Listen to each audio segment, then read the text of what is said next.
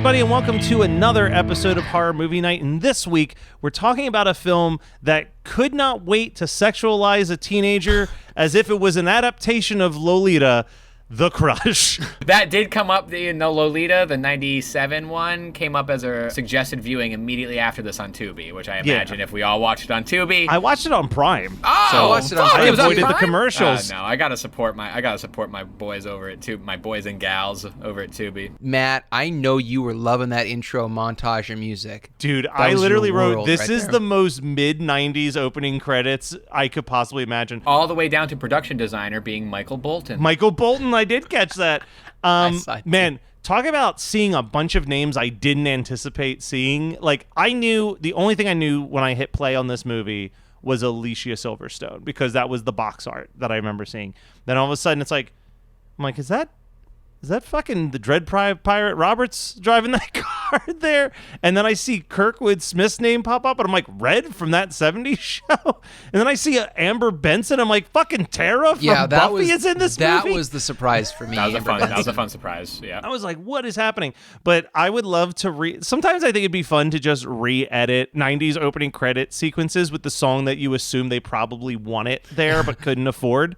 Because this is some, like, the band's name was like Star Club, which I'm like, all right, so that's like somebody's friend's band. Like, that's basically Jingle Punks in the 90s. That's exactly. It's not any different. So hear me out. Obviously, it wasn't this song that they wanted, because this song came out 3 years after the movie was released. But in my head, I was hearing Del Armitri's Roll to Me during that opening credits. Yeah. But it was, like you said, it's that jingle pop. It's that, like, feel good, just like, everything's great in L.A. It's like, and Roll to Me happens right when Alicia Silverstone rollerblades out, which she's going to have a cameo in our roller rink movie. Oh, okay, Patreon perfect. listeners, because she has to appear. She has to appear as her character from The Crush. Yeah. Which version did you guys? Well, Matt and I saw the one where her name is Adrena in our version. Oh, really? Because I thought that it was Darina in ours. No, we got the Adrena version. Okay, so Darina was the original name. Darian. Vice versa. Darian, because the guy who wrote the movie wrote it and used the girl that did that shit to him when he was a struggling writer in L.A. He used her real name, and she and her family fucking sued them. So it got changed to Adrian. Or Adrena. Adrena, whatever it is. Adrian, sure. But every other version, except for the one DVD version, I want to say, she's Adrian or Adrena or whatever. But there's this one version out there where she's still Darian, which is so funny to me. On Tubi, it was Adrian. Okay. Yeah, it is what it is. Yeah, so, I did not. I picked this just because we're in the month of love. Right, yeah. Like, so that is, we're kicking off February, right, with The Crush. Right, we Valentine's been done on the show, right? Yeah. Sadly. And then My Bloody Valentine's been talked about extensively, even if not an actual episode for this show. But I also my episode did not fall on Valentine's Day or near it, so I needed to do something with love.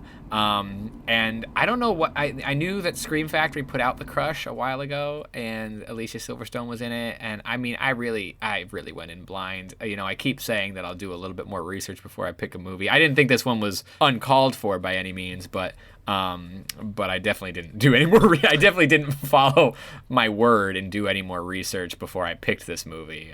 What a ride! But no, there are things worth talking about, because this is far from the worst movie we've ever watched on this show. Yeah. It was actually, it moved and it went down fast, but I have some problems. But I do have some compliments. I'm going to start with my first compliment. This has nothing to do with the movie. Make it a compliment sandwich. I'm going to repeat the same thing that I said on a very recent episode of Before My Time about Cary Elwes. I think that's how his last name is pronounced. Yules, sure. Talk about a dude born in the wrong time, though. Because this is a guy who, like, at the most is remembered for Princess Bride, Saw, and maybe Robin Hood Men in Tights. Had this man been an actor in the 30s, he would have been one. He is such a, like, 1930s, like, everyman, like, this perfect combination of, like, Jimmy Stewart everyman, but also mixed with like an Errol Flynn like swashbuckler, that this dude could have crushed in roles that we just weren't making movies for at the time that he was an actor, which is why it's like when people think of him, it's like, oh yeah, the guy from Princess Bride, because that was perfectly suited for his everything. Yeah, and you forget movie, that he's not so British because he's been in The Crush and he was in Saw and...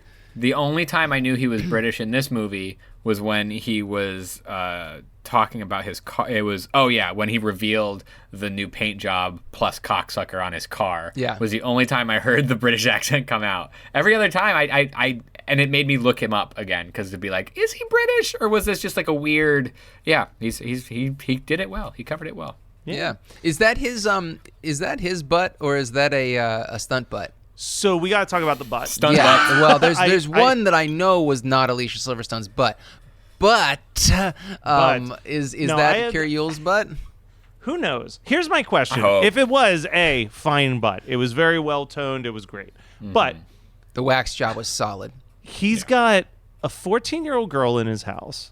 He's showering and he's cool with it. What the fuck? Well, it's not even just that. He doesn't close the bathroom door all the way. He's been in there numerous times. Yeah.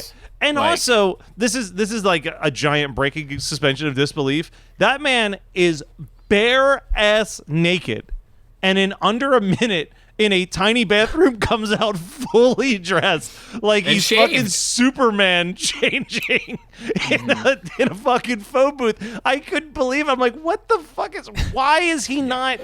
Okay, so actually this leads to a question. He's not a good man. He's not a good man. No, and that was the other thing. I wrote down, like, I did not need them to kiss. Like, I think that this movie would have worked so much better if it was strictly that he has never once did anything to even remotely give her an implication of any interest. But like him being like, oh, if I was 10 years younger, or like kissing her on that bridge, I'm like, fuck, like now your hero is very much a hero with quotation marks, because he made some big fucking mistakes. I wonder what pop punk band he was in. Dude, but credit where credit's due, Alicia Silverstone does do a great job of, in the beginning of this movie, just playing the most obnoxious teenager. Oh my god, that this movie reminded me of how fucking awful teenage girls are. She played it really well. She was only 15. Right, yeah, so like she wasn't stretching here. Of age. She was of age, underage for the part. Like it was. I love that the fucking director was like, "Let's get her naked in this," and dude, Carrie Yules of all people was like, no." yeah. The fucking I loved the trivia being like they pushed for Alicia Silverstone to be naked. And it's like, nah, dog, like you don't do that. This movie's irresponsible. Like I love sleaze, and I love irresponsible. It's movie. a super irresponsible movie, and it spawns so laughably much. Irresponsible. Yeah. It spawns so much that it makes it even more irresponsible. Like, that's the best word for it. Like, thank you, because that puts into such a small, perfect little package with the bow why this movie makes me uncomfortable. Yeah. Like, I don't think that it doesn't like deserve a place, or isn't a fun, like, whatever. Like, I mean, on its own, but what stems kind of from it and because of it and like all of this, like it's just icky, and I felt it was irresponsible, especially because of what Matt said, like because of some of the choices that his character makes, Carrie Yules' character makes. It totally makes it like, oh, he was just a guy who thought a thought, who did a little thing, and then this crazy girl came after him, and could you believe it? And it's like, okay, fucking, like, cool your pies. This Me Too movement is actually happening because of you. I didn't think that, and but I just like I feel like this movie kind of did a disservice to the world, because and this, maybe I'm putting too much on it, but I think that it really spawned a lot of movies that were very similar thrillers in the mid to late 90s, and I think that it kind of encapsulated this weird white cis male fear of like a woman actually having power over your life. and being like, it wasn't me, like I didn't really do anything. And if you take Carrie Ewell's character out of being an actual like semi-teen fucker because he talks like one, it's weird. Yeah. Go on any Reddit post where some guy, and I think a lot of it is fake. I think that it's like this weird wish fulfillment thing that lonely fucking incels do on Reddit, or at least they used to. I really don't. But it's still fucking creepy. Well, no, yes, but what I'm getting at is that there's this concept of like, I'm not Brock Turner. I was just in the wrong place at the wrong time. And like this woman or girl is arguing, she's ruining my reputation in my life by suggesting that I essayed her. And it's like she's insane, and hysterical, basically. Like hysterical as a word is like the perfect encapsulation of what I think these guys that I'm talking about, like on Reddit posts and things like that, and they congregate and they talk about how, like if we go through and actually follow, like if we go through all the rape kits that are in storage and all of the allegations that are just caught up in the gears of the court system in America, that all these innocent white cis men are going to be Brock Turnered. You have their lives ruined over nothing. I mean, and obviously Brock Turner I'm using as an example because he got off because he was rich and he did something terrible. But they see him as kind of like this example of like, he didn't do anything that bad, and I feel like this is a weird nucleus of that fear. Like the crush is like a nucleus of that fear, but it's actually great that it is because it shows that Carrie Ewell's kind of fucking deserves it. And you know put it that into words that I wanted to say and I could not. So a couple things. First of all, I do want to clarify because I don't know anything about Alan Shapiro. We did get one piece of information incorrect, and I want to make sure we clarify it. Is that the writer? Yeah, he's the writer-director. It wasn't him that was pushing for Alicia Silverstone to be naked. It was an executive at the studio. Go figure. Yeah, go figure. Creepy-ass executive wanted that. I just want to clarify that. Did the last Harvey? name rhyme with Weinstein? But no, what you guys are talking about is like, so a couple things. A, I think it's very important and telling that there's that scene where Amy's like, you didn't say anything to mislead her. And he doesn't really have an answer. Right. He's just like, no. So I'm gonna reveal everything he said. I'm going to very vaguely reveal a little piece of my own personal shame. Although on the grand scheme of things, this is like not the most shameful thing in the world. So the scene where they're on the bridge, she kisses him, and then he says, "Wait, we can't do this," and he stops. I have been in a situation like that with a friend who was in a relationship that leaned in, kissed me, and then I pushed them away. Sure. The big difference is that me and my friend had hung out a million times before, whether they were single or not, and it was just like a thing that happened because they had drank a little too much, and I was like, we can't do that. You need to stop. Don't do that again, or I will let your significant other know. But there's a whole different world when you have a 14-year-old kid who's like, let me show you something, and you have them get in your car and drive them to a romantic spot. Yeah. He made so many poor choices before. Don't let 14-year-old girls in your car. No. Like just unless they're your fucking child. Like do not let a 14-year-old girl if you are an adult. Yes. Yeah, I mean this is the actual official definition of it. It's not drag queens doing story hour at the library, you assholes. It's you adult saying men yes who to are driving. Yeah, and it's a power dynamic. And I feel like, I mean, I also exactly it. I don't know if I've mentioned it on the show. I probably have. We've been doing this show for a decade. In one iteration or another. I spent a year working with adolescent sex offenders after college because I have a degree in sociology, and I really wanted to get into social work. It is fucking... It takes a very strong human being to do that full time. I take it way too personally, and it broke me mentally for a bit. But I worked with them, and all of them... so, I mean, I actually know what grooming is because they were all groomed by their abusers and became abusers because they had a disordered concept of power, sexuality, and just appropriate interaction, human interaction, all those things. And so the reason why I want to mention that is that Adrian, Alicia Silverstone's character, it's implied that she has borderline personality disorder. Because she, at the end of the movie, she goes and she's in a mental hospital, and her doctor is like, oh, she's doing so well, and then it shows her with a picture of the doctor and his wife or something like that, and she like rips the wife out of the picture. So, and a 1993 version of BPD. Yeah, pretty much. Yeah, but it's like that concept of, she was like, she's kind of a gaslighter, she's narcissistic, all those things. And I think that is kind of the reality of that would be so much more interesting.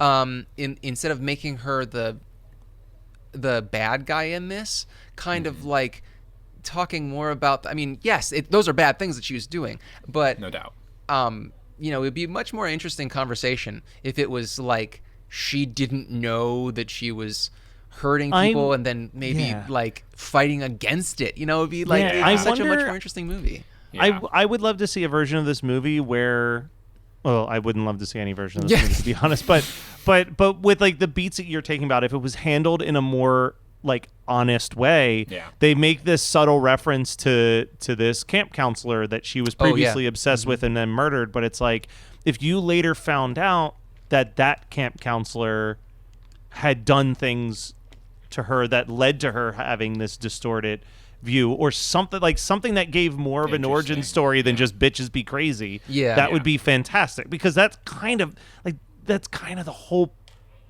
crux of her character in this movie is just like, women, like, that's not what this movie should be. I think that they touch on it a little bit in that party scene with the parents, because they're making her seem so adult, like playing the music on the piano. But it's in front also of like this everybody. weird infantilization of her, where she's wearing this, like, not infantilization, but this de-adult, keeping her childlike in that she's wearing a white dress, like it looks kind of like her a confirmation room dress. reflects that too. And she's or tucking her in like, at night at 14 years old, like, and also the way that the parents kind of talk about the physicality of other people, because Red, I don't remember his real name, but Red, he goes, she got her teeth done or something like that, and the mom is like, yeah, and then he goes, I was really wondering about her tits or something like that, and it's they touch on it like this movie is so waspy, and I feel like there are ways that they could have, like, with the 90 minutes that they gave us, there were so many more interesting ways to present the story, and it's so funny to me that this script was in limbo for 8 years or something. He wrote it, tried to get it made for a long time, and this is the version that they accepted. It just this is the version they I don't know. This with. Gives me, you know what vibe this gives me? It gives me a what's it called? Brand new cherry flavor. What's it called? Oh God, cherry. New cherry flavor. No, brand cherry. New cherry flavor. I think it was brand new cherry flavor. I think you nailed it. Convince me you were wrong. It's also planned to, or it's supposed to look like the early 90s. And I got that feeling that they actually hit the beat on that show so well, where it's like these starlets are just getting chewed up and spit out by the casting couch in LA. And it's really weird because, like, Alicia Silverstone was an emancipated minor, so that she at 15, and then she turned 16 when they were making this movie. Yeah, she had no limitations on her work schedule. Exactly. She could do whatever and that she wanted. Was that's super weird, because I wonder who made the decision.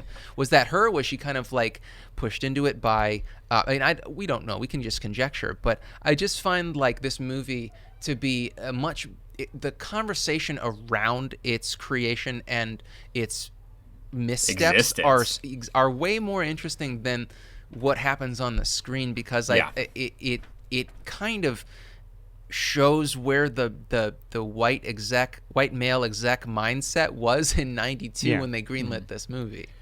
No, that's why movies like this are super interesting to me because, like you're saying, I mean, we're putting a lot of weight on it, but it's more interesting because it wasn't a popular movie that then came into the lexicon and has all it's a movie that existed and it made its money back and then it just sort of went away. I think it was a movie though. Yeah, I think it was a movie that actually you have to think about the time because I think this movie came out, it did all right.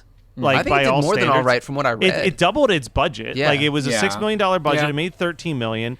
I mean, $13 million did put Alicia is Silverstone on good. the map and stuff. But I was going to say, then you have, at the exact same time, you've got those Aerosmith videos dropping in late 93, early 94, because she won Best Villain and Breakout Star at the MTV Video Music or Movie Awards. Then I'm sure she cleaned up on some Moon Men at the VMAs for all those Aerosmith music videos. So this was, in all honesty, as we were talking about this and we're talking about all the circumstances of making this movie, what I actually walked away from in the middle of our conversation was, it's really impressive that Alicia Silverstone is as well adjusted of a human being as she actually turned out to be. Because in the grand scheme of 80s and 90s young teen actors, she's definitely on the side that's she's just a normal ass. Sort of same with Sarah Michelle Gellar, who's just a mom now. She's not just a mom. She and Freddie Prinze Jr. have been married for 20 years. That's what I mean. It's just they are just so. Well, look, my favorite thing of the Freddie Prinze Jr. story is that he just took I think it was a 3 or 4 year break from acting to write for the WWE, which is that is your favorite thing. Random. I haven't listened to his podcast about it, but I've subscribed to it just to remember that one day I will want to listen. Well, when to you're him driving talk down about for Creature Feature, there you go. I gotta load up, and I don't want to listen to us talk anymore. Yeah, so sick of our voices. All right, there's something that we do need to talk about with this movie. Though we also need to talk about something that was in Kyle's hand a minute ago because I have questions. Hey, is it a brand new cherry flavor? I was just at the barbecue, baby. I'm just drinking a Rolling Rock.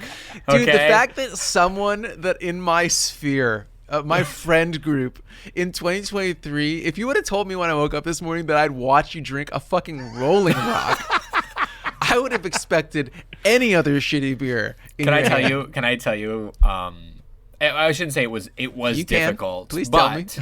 I went to I work at a package store, a liquor store for those who are not in New England. And for a while during the pandemic or recently, it was hard to get Rolling Rock, the production of it, between it falling out of style severely and the pandemic. I think they just stopped making it for a while, or really, really were low production.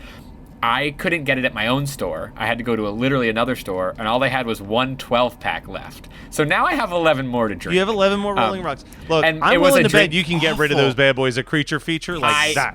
I'm going to bring a cooler down. We're going to have some Rolling Rock. It's going to be a blast. But my dad I remember, this was the beer. My dad doesn't drink beer, but this was a beer that he had in his fridge because he was also a young man in 93. Oh, okay. So yes, it's the last time I drank a Rolling Rock was when I dressed as my dad for Halloween. So it's really that nice is to a be perfect drinking story for today. Then I love that. All right, so I have two things that I want us to talk about before we completely tie a bow on the crush. First off, because it's a little girl and it wears bows. Jesus Christ.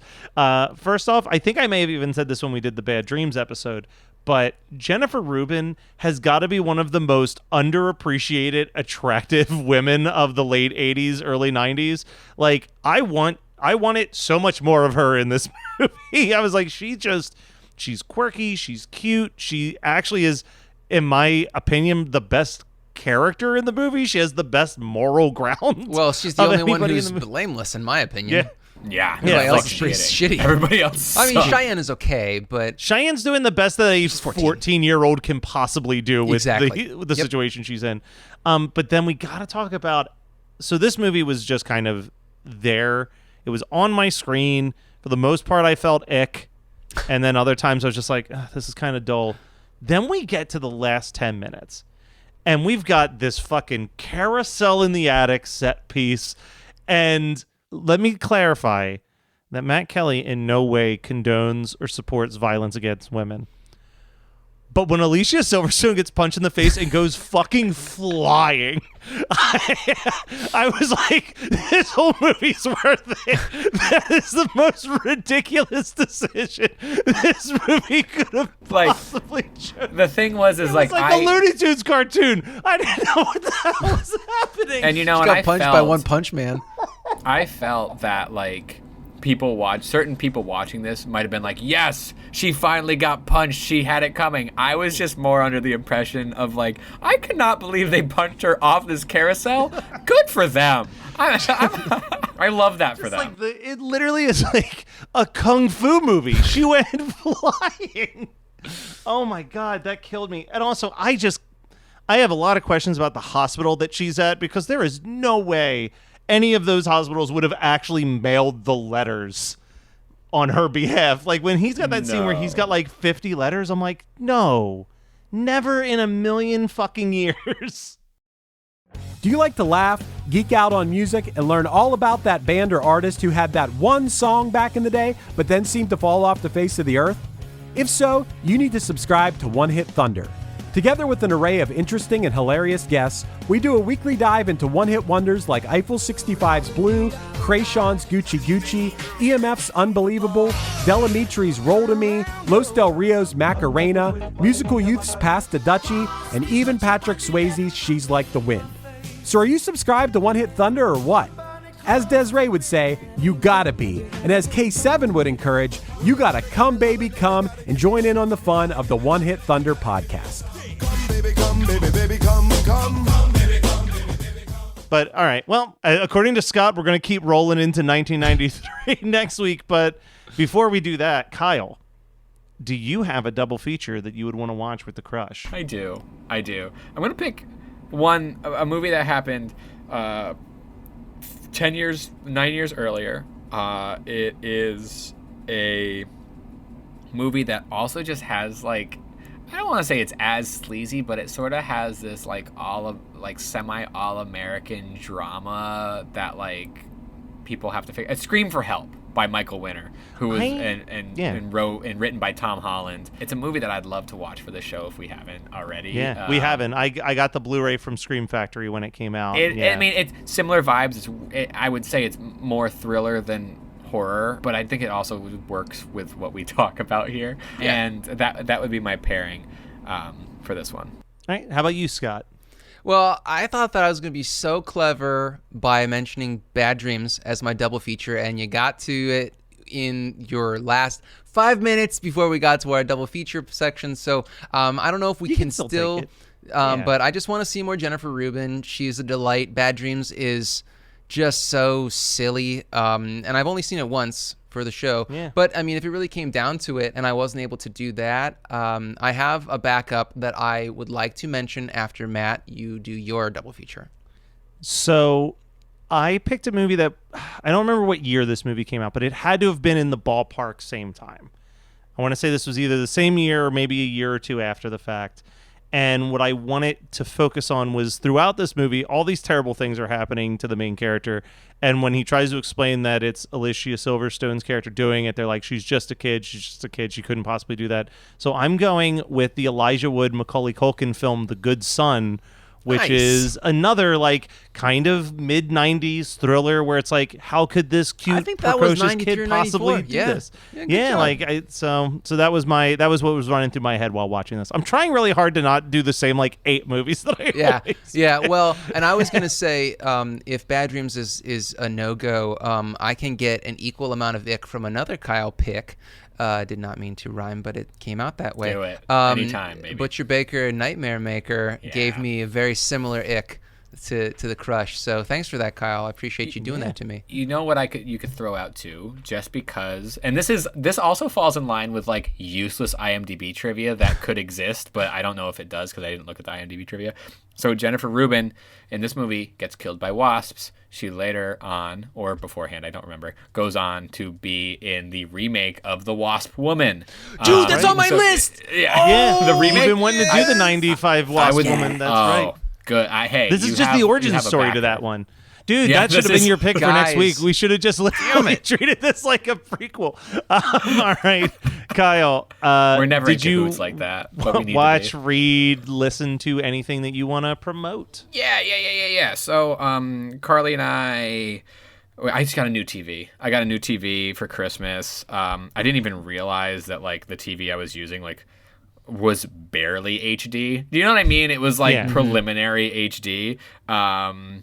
And I watched. And you christened that bad boy with the Crush. Well, you wish. No, So let's I see what actually this watched The HD Crush. can do. I actually watched The Crush on the old TV downstairs that I moved downstairs Cathode to ray. literally watch bullshit. No, I watched and we were supposed to christen it with, because I also got a 4K player. We were supposed to christen it with Nope, but we've been waiting for my cousins to, like the time like we want to have a fiesta. Seems to be a so thing to that you speak. do. Yeah, we understand. Yeah. Yeah, so Carly and I started watching a movie.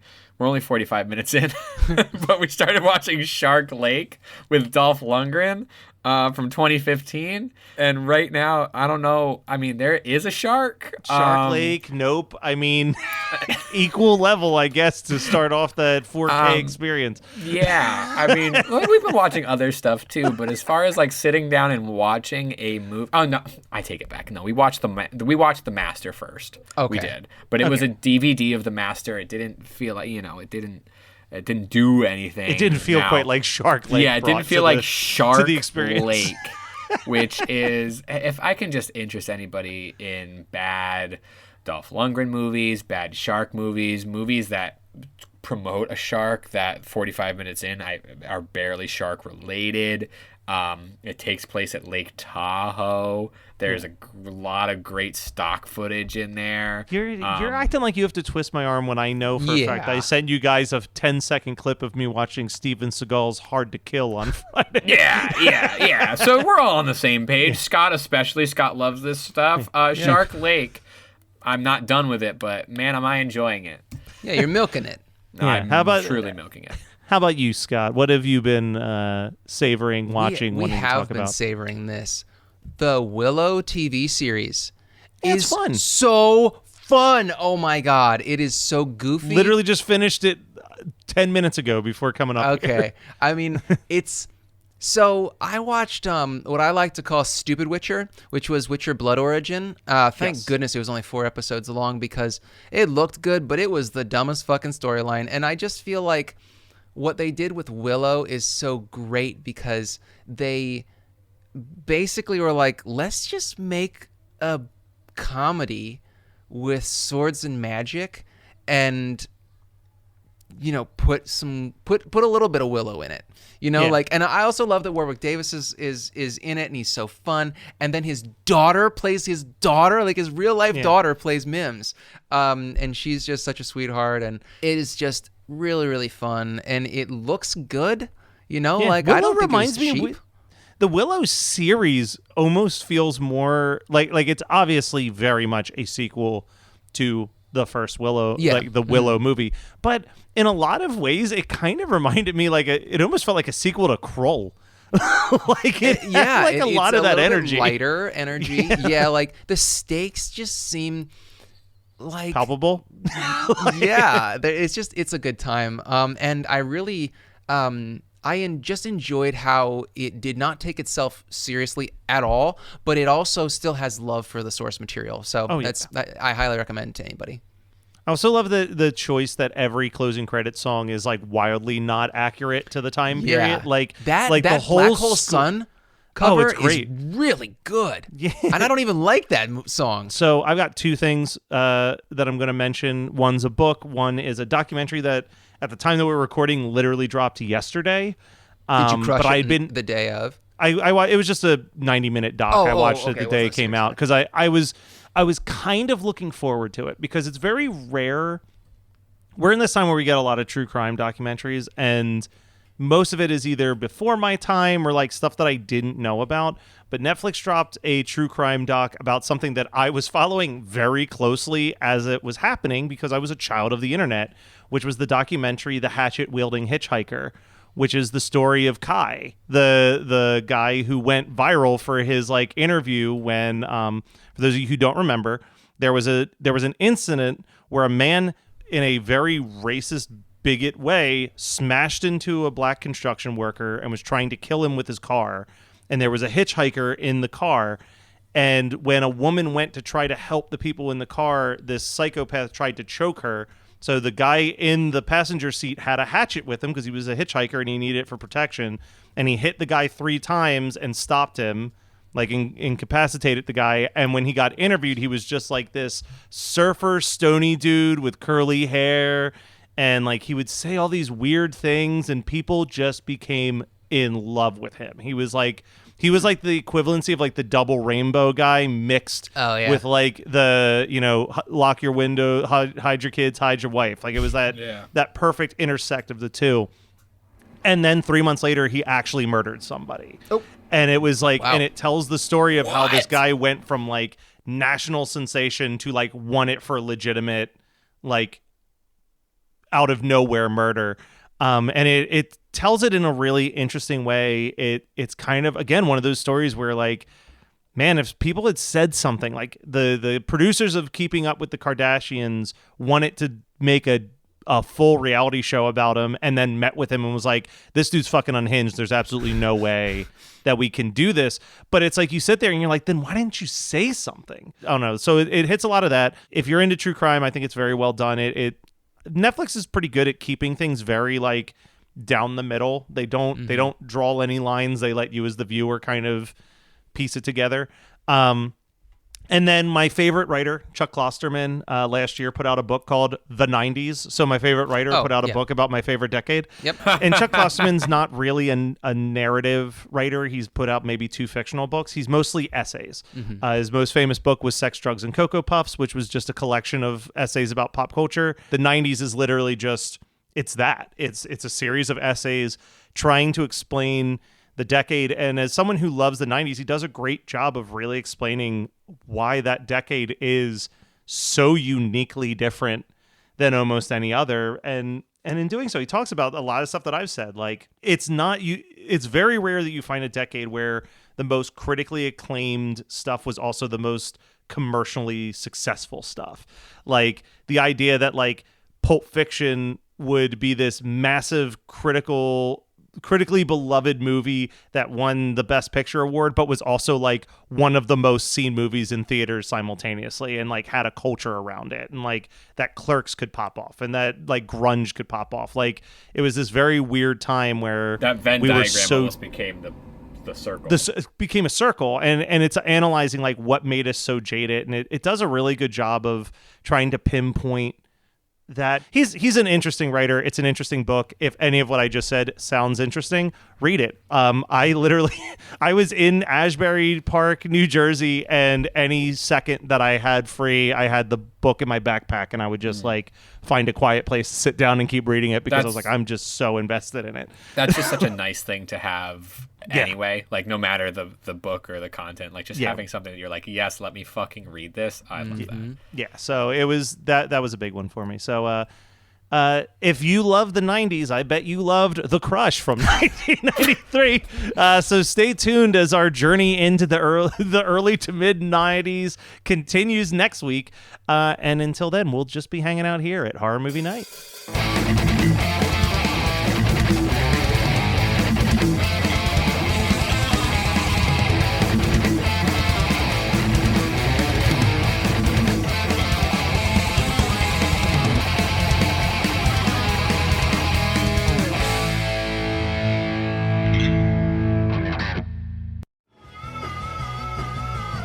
You're listening to the Geekscape Network.